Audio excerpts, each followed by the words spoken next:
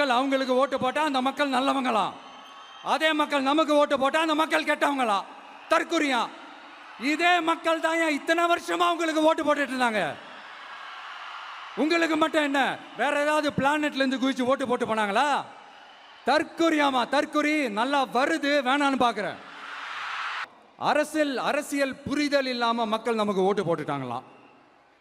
இந்த கவர்ச்சியில மயங்கி மக்கள் நமக்கு ஓட்டு போட்டுட்டாங்களா? நான் என்ன, சரி விடுங்க. புரட்சி தலைவர் எம்ஜிஆர் அவர்களுடைய முதல் தேர்தலில் கூட இந்த அளவுக்கு ஒரு ஓட் பர்சன்டேஜ் வாங்கல அப்படின்ட்டு நிறைய பேர் சொன்னாங்க.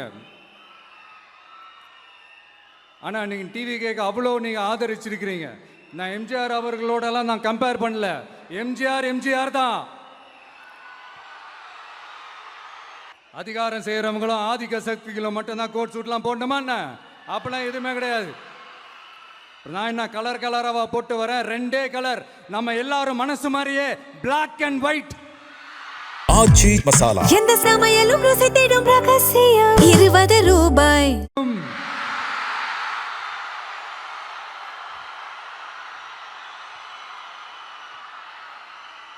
தமிழக மக்கள் உங்கள் அனைவருக்கும் என்னுடைய வணக்கமும் என்னுடைய நன்றிகளும்.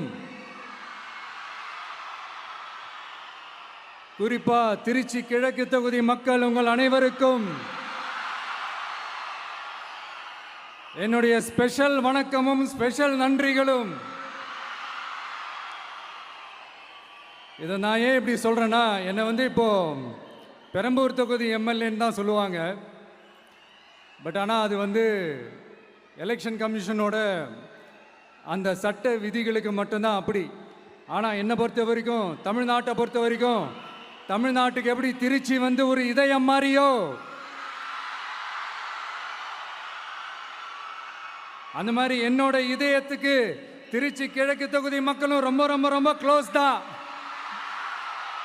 அதுல எந்த மாற்றமும் கிடையாது. சரிங்களா?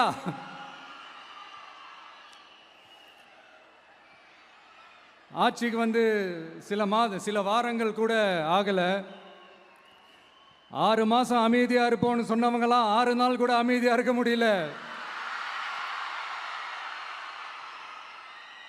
ஆட்சிக்கு அரை மணி நேரத்திலே ஆரம்பிச்சிட்டாங்க. பாவம், ஒரு கல்யாண வீட்டிலலாம் போய் புலம்பிட்டு இருக்காங்க.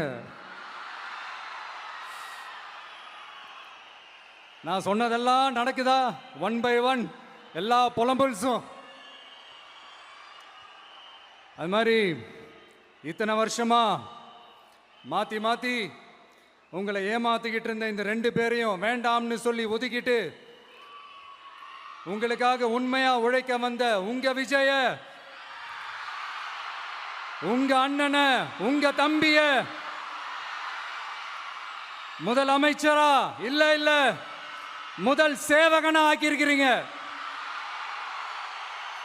தலை வணங்கி ஒட்டுமொத்த தமிழக மக்களுக்கும் இந்த நேரத்தில் என்னுடைய நன்றியை தெரிவிச்சுக்கிறேன்.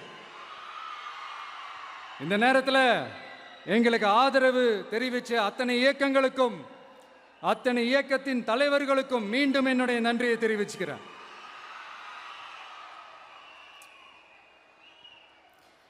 புரட்சி தலைவர் எம்ஜிஆர் அவர்களுடைய முதல் தேர்தலில் கூட இந்த அளவுக்கு ஒரு ஓட் பர்சன்டேஜ் வாங்கல அப்படின்ட்டு நிறைய பேர் சொன்னாங்க.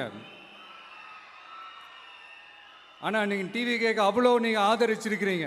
நான் எம்ஜிஆர் அவர்களோடலாம் நான் கம்பேர் பண்ணல. எம்ஜிஆர் தான். ஆனா நாம பெரியார், அண்ணா, எம்ஜிஆர் அவர்கள் வழியில ஒரு அன்பா உழைக்க வந்த உங்க விஜய், அவ்வளவுதான். 1977 நீங்க போடாத ஓட்ட 2026 நீங்க போட்டிருக்கிறீங்க. என்ன ஒண்ணு, இன்னும் கொஞ்சம் அதிகமா ஆதரிச்சிருந்தீங்கன்னா கொஞ்சம் நல்லா இருந்திருக்கும்.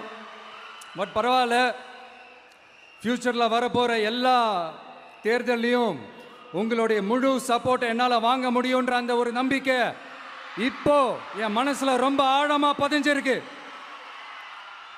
ஏன்னா நீங்கள் அமைச்சு கொடுத்துருக்கிற இந்த ஆட்சியில் எல்லா நன்மைகளையும் நீங்கள் கண்கூடா பார்க்க தான் போறீங்க அப்படின்ற அந்த கான்ஃபிடென்ஸும் இப்போ என் மனசில் ரொம்ப ஆழமாக பதிஞ்சிருக்கு.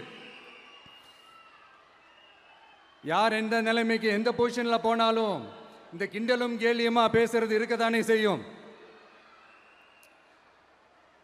நம்மளை பற்றி, நம்ம அரசியலை பற்றி, நம்ம பேச்சை பற்றி இந்த கிண்டலும் கேலியுமா பேசிட்டு தானே இருப்பாங்க. அவங்க எல்லாருக்குமே என் சைட்லேருந்து ஒரே ஒரு ரிக்வெஸ்ட், தயவு செஞ்சு நிப்பாட்டிடாதீங்க.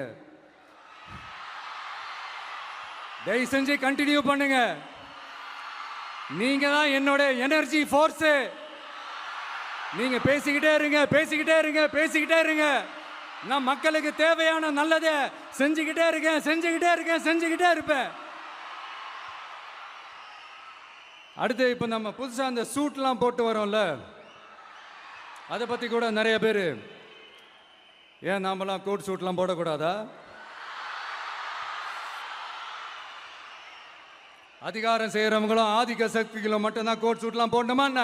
அப்பெல்லாம் எதுவுமே கிடையாது. நான் என்ன கலர் கலராக போட்டு வரேன், ரெண்டே கலர், நம்ம எல்லாரும் மனசு மாதிரியே பிளாக் அண்ட் ஒயிட்.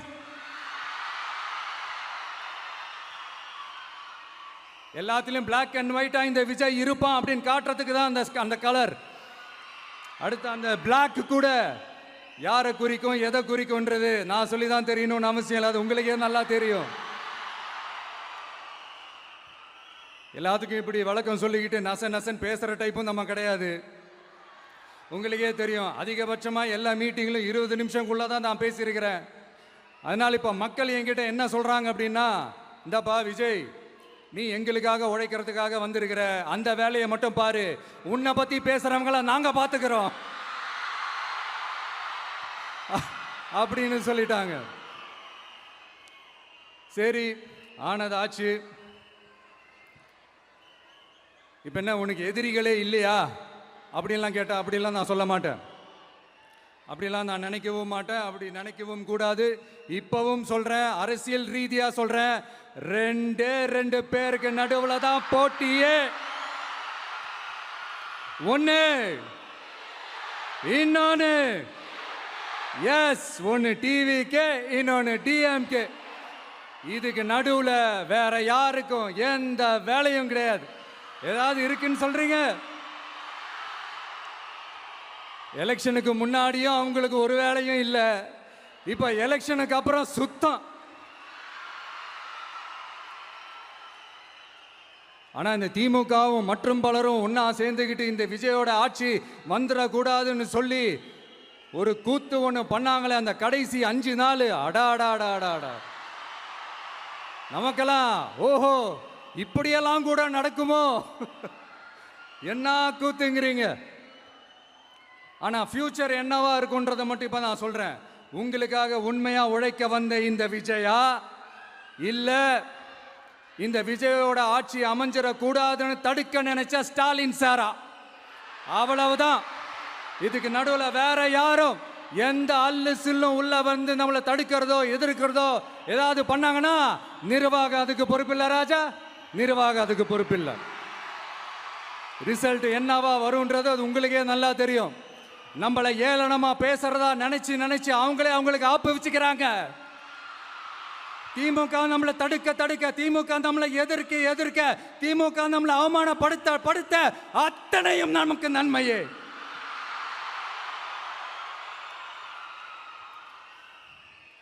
ஒன்று கவனிச்சிங்களா மக்களே, நம்ம ஆட்சிக்கு வந்ததுக்கு அப்புறம் ஒரு விஷயம் ஒன்று நடந்துகிட்டு இருக்கு.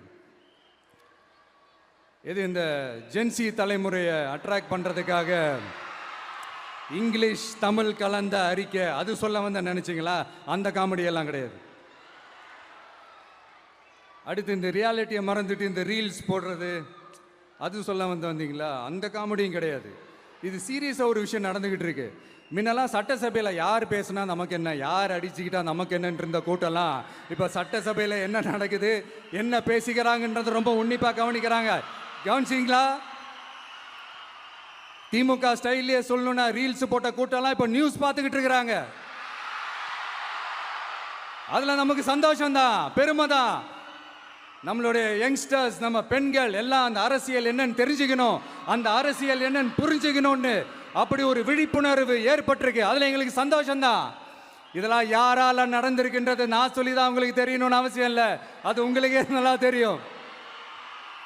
இப்படிப்பட்ட நம்ம தெய்வங்களை, இப்படிப்பட்ட நம்ம மக்களை தற்குறி தற்குறின்றது இன்னமும் சொல்லிக்கிட்டு இருக்கிறாங்க. நான் காஞ்சிபுரத்தில் சொன்னதை தான் இங்க நான் திரும்பவும் ரிப்பீட் பண்றேன். நீங்க தற்குறி தற்குறின்னு சொன்னீங்களே, அவங்க தான் உங்களோட அரசியல் வாழ்க்கையே ஒரு கேள்விக்குறி ஆக்கி இருக்கிறாங்க. கேள்விக்குறி ஆக்கிட்டாங்க, இன்னமும் ஆக்க போறாங்க. அன்னைக்கு நான் சொன்னப்போ சிரிச்சவங்களாம் இன்னைக்கு என்ன பண்ண போறாங்களோ. உண்மையை சொன்னாதான் அந்த கூட்டத்துக்கு கசக்குமே. உண்மையிலே நீங்க மக்கள் மனசை புரிஞ்சு வச்சிருந்தீங்கன்னா நீங்க இப்படி மக்களை தப்பாவே பேசியிருக்க மாட்டீங்க. அது என்ன, அப்புறம் அரசியல் புரிதல் இல்லாம மக்கள் நமக்கு ஓட்டு போட்டுட்டாங்களாம். இந்த கவர்ச்சியில மயங்கி மக்கள் நமக்கு ஓட்டு போட்டுட்டாங்களா. நான் என்ன, சரி விடுங்க.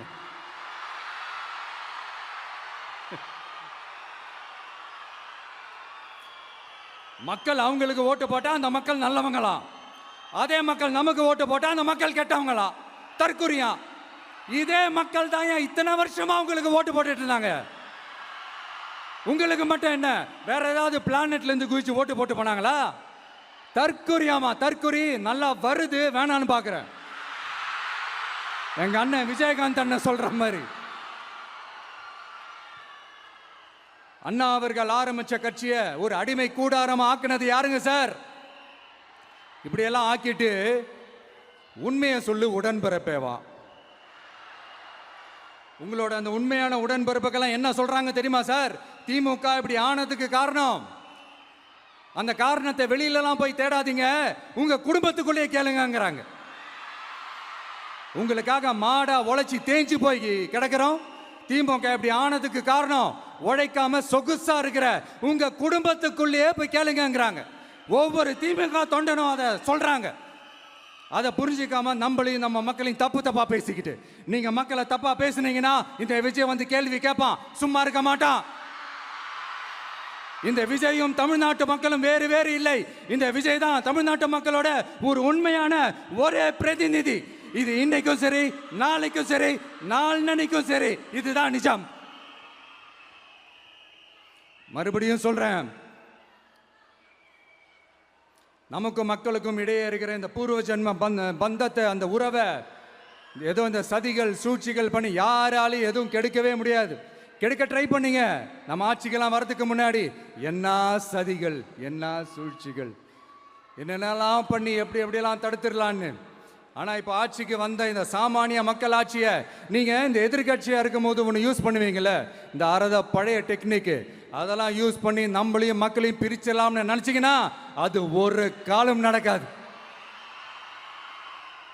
மக்கள்லாம் ரொம்ப தெளிவாயிட்டாங்க சார், ரொம்ப தெளிவாயிட்டாங்க. அதனால ஒரு ஆக்கப்பூர்வமான ஒரு எதிர்கட்சியை செயல்பட்டு மக்கள் மனசை வெல்ல பாருங்க. இந்த கடைசி லாஸ்ட் 1 மந்தா நடந்த ஒரு சில விஷயங்கள் உங்ககிட்ட நான் ஷேர் பண்ணணும்னு ஆசைப்படுறேன். இந்த 200 யூனிட் மின்சாரம், கட்டணமில்லா மின்சாரம் அறிவிச்சோம். அதில் ஆல்ரெடி இருந்த 100 யூனிட் திமுக கொடுத்தது கிடையாது. மேடம் ஜெயலலிதா மேடம் இருந்தப்போ செஞ்சுட்டு போனது. ஸ்டாலின் சார் பதவி போன அந்த கடுப்புல அறிக்கையா விட்டு தள்ளிக்கிட்டு இருக்கிறாரு. என்ன பண்ணீங்க உங்களுடைய ஆட்சியில? மக்கள் பணத்தை, டாஸ்மாக்ல இருந்து அடிச்ச அந்த பணத்தை, ஊழல் செஞ்ச அந்த ஃபைலை க்ளோஸ் பண்றதுக்கு அலைஞ்சீங்க. ஆனா இந்த விஜய் மக்களுக்கு தொந்தரவா இருக்கிற அதே டாஸ்மாக க்ளோஸ் பண்ணா.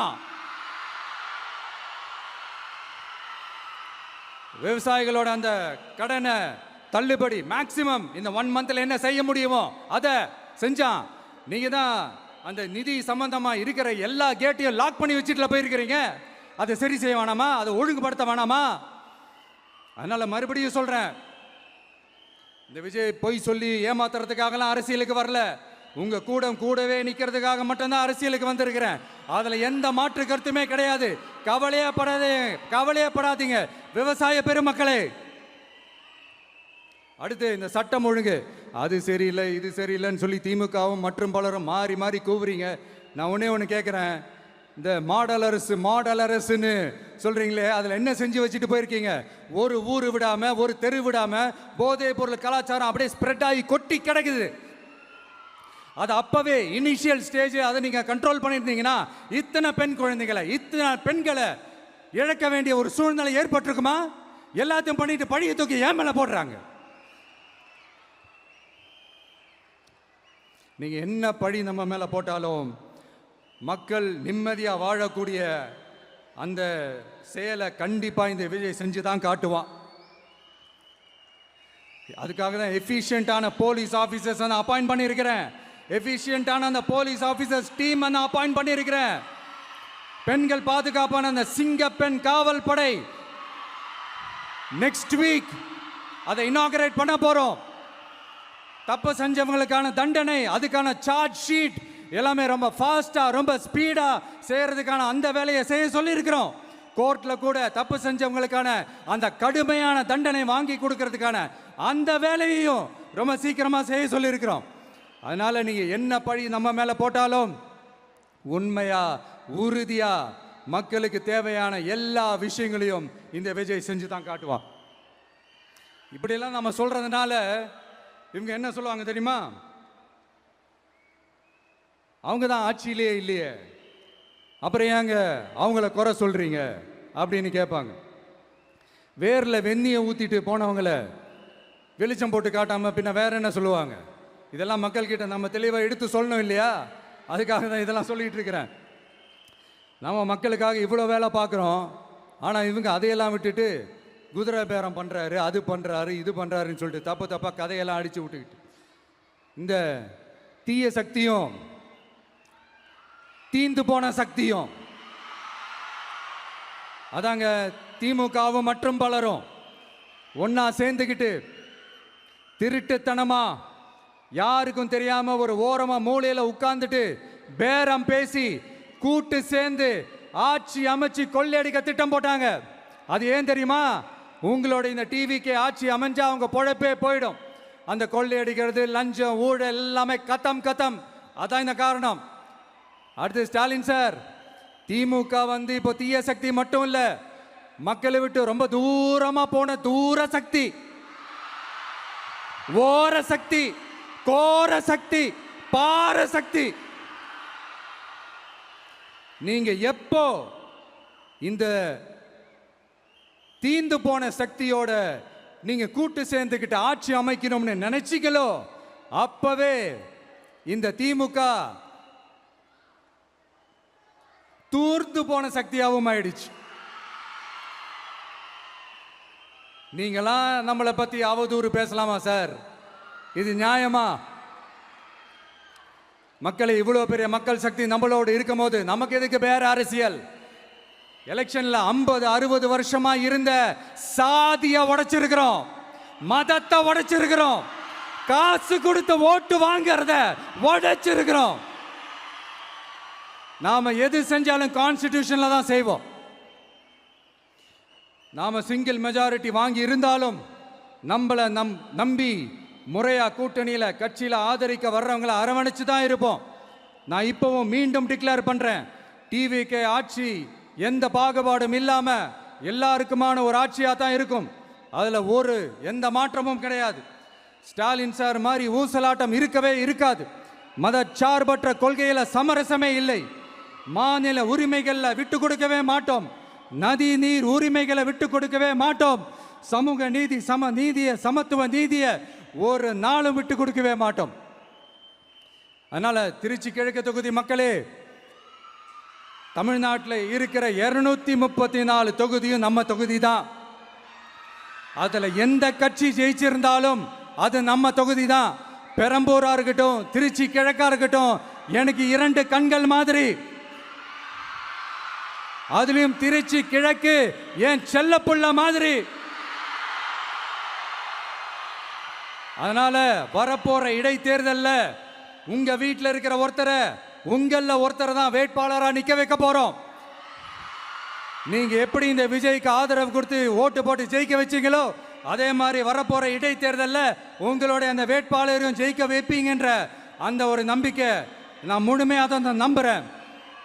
உங்களுக்காக உழைக்க வந்திருக்கிறேன். உங்களுக்காக எல்லா விஷயத்தையும் நான் பார்த்து செய்வேன். ஊழல் இல்லாத லஞ்சம் இல்லாத ஒரு ஆட்சியை நான் கொடுப்பேன். I understand. ஒரே நாள் அது நடக்காததான், ஒரு மேஜிக் இல்லை. பட் ஒரு நாள் அதை நான் நடக்க வைப்பேன். எனக்கு இப்போ வேற எந்த வேலையும் இல்லை உங்களுக்காக உழைக்கிறத தவிர.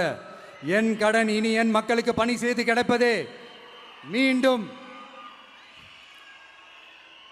என்னை ஜெயிக்க வச்ச தமிழக மக்களுக்கும் திருச்சி கிழக்கு தொகுதி மக்களுக்கும் மீண்டும் என்னுடைய நன்றியை தெரிவிச்சுக்கிட்டு கான்ஃபிடென்ட்டா இருங்க, நல்லதே நடக்கும், வெற்றி நிச்சயம்.